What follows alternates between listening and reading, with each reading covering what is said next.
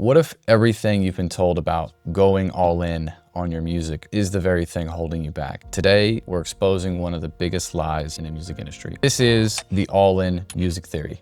Picture this, you're 23, you hate your 9-to-5, you've got 1,000 ideas on your hard drive, and one day you finally say, I'm done. I'm going all in on music. You hand in your 2-week notice. Your friends are cheering you on. Your parents are crying. They threaten to kick you out. You wake up the next Monday and you have, for the first time, all the time in the world, freedom, right? Or is it the beginning of the end? Stay with me, because in the next 20 minutes, I'm gonna show you something almost nobody talks about. We're gonna watch two identical producers, same talent, same city, same dream, take two different paths. One quits everything to live the dream, the other keeps the job. 5 years from now, who will be better off and why? Part one, the lifeblood theory. First, you need to understand money is oxygen for a music career. Not fame, not talent, money. Because the second you decide to take this seriously, everything that actually moves the needle costs money.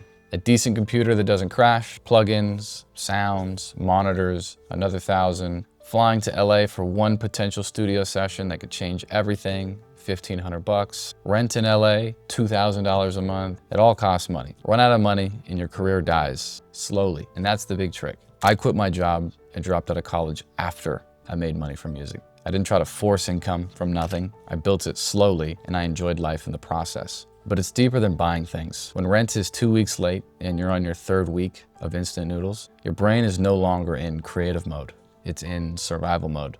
Harvard studies, Princeton, all of them show the same thing. Financial stress kills cognitive performance worse than sleep deprivation. Part two, the unlimited time paradox. Now here's where it gets confusing. Unlimited time feels like the ultimate cheat code and the answer to your lack of a music career. It's actually poison. Left side, producer A with no job, wakes up around noon, works on music all day and through the night. But when we time lapse it, it was 2 hours doom scrolling Instagram, pretending to network, 3 hours tweaking a couple of different songs and loops, 4 hours making music, and 30 minutes actually sending out that music or making content, getting their stuff heard and out into the world. The main reason why this is poison is because when you have all day to do something, you tell yourself you will get it done all day long instead of I only have 4 hours, I'm going to get this done right now. That's the biggest trick.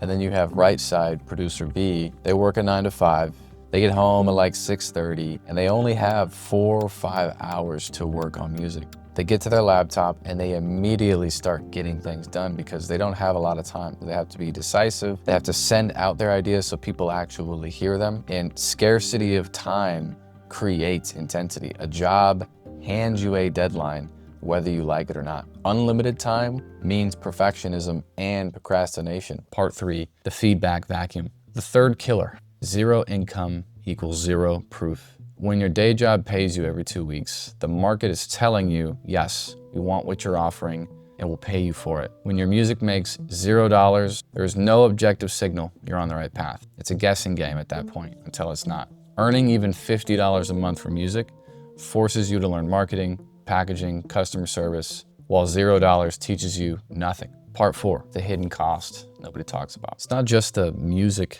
that dies. You skip going out with your friends every weekend because you don't have the money. You skip traveling because the flight is $300 and you just don't have it. You ghost dating apps because taking someone to dinner is unfeasible. You're isolated in the name of the dream. Meanwhile, the guy with the barista job is hitting the gym, getting paid every week, eating real meals, dating, traveling on long weekends, and still dropping music every week. Who do you think makes better songs? I didn't quit my job until music paid more than my job. My parents forcing me to work and go to college at 18, best thing that ever happened to me. I had money to invest in myself, and I still had a life that added to my skill sets. So here it is. If you can't make something happen with 15 to 20 hours a week, you will make the same thing happen with 80. Constraints breed creativity. Money removes excuses, and a day job, it's the cheapest business loan you will ever get for your music career. Keep the job, treat music like the second most important thing in your life for now. Stack money while you stack proof. Protect your mental health, your relationships, your joy, because the version of you that's energized, financially secure, and under pressure will lap the broke, depressed, unlimited time version of you 9 times out of 10. The musicians who keep income for the first 3 to 7 years release more music, build bigger audiences, and when the big break finally comes, they have the runway to take it there. The all-in with zero money almost always ends the same way. Depression, burnout,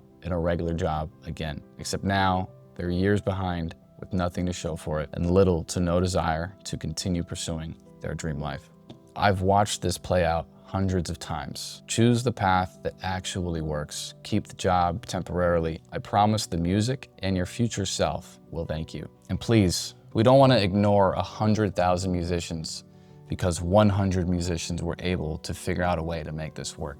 And just because they were able to make this work doesn't mean it couldn't have been better optimized. The point of this video is to bring brutal truth to the music industry and to help thousands of creatives across the world stop suffering. Making music is one thing, building a business is another, and if you want to have a music career, then you must have a music business. That's how Split Mind, my production publishing company, was created. The point is that one part of the brain is creative, the other part of the brain is logical. And you can't have a business without the art, and you can't have art without the business, aka a career. So, man, look what came in the mail today from school. This thing is heavy. Wow, look at that. #1 music community on school.com. I was just with Alex Ramosi and Sam Ovens, the co-founders of school.com, hanging out with all the other school games winners. What an unreal achievement, and I really just have you guys to thank for this. Thank you for resonating with my message on YouTube, sharing it with your friends, sharing it with your parents even, and letting me know what they thought. I really wouldn't be here without you guys, and I'm just really grateful. So thank you for taking the time to check out my school. Help us win #1, allowing me to go and meet Alex Ramosi for the second time in person. Ask him questions, ask Sam Ovens questions, and more importantly, get to talk to all the other successful school communities. With that being said, my name is Half. Thanks for watching. This is a new video style for me, so please let me know what you think. I appreciate you guys a lot. Take care.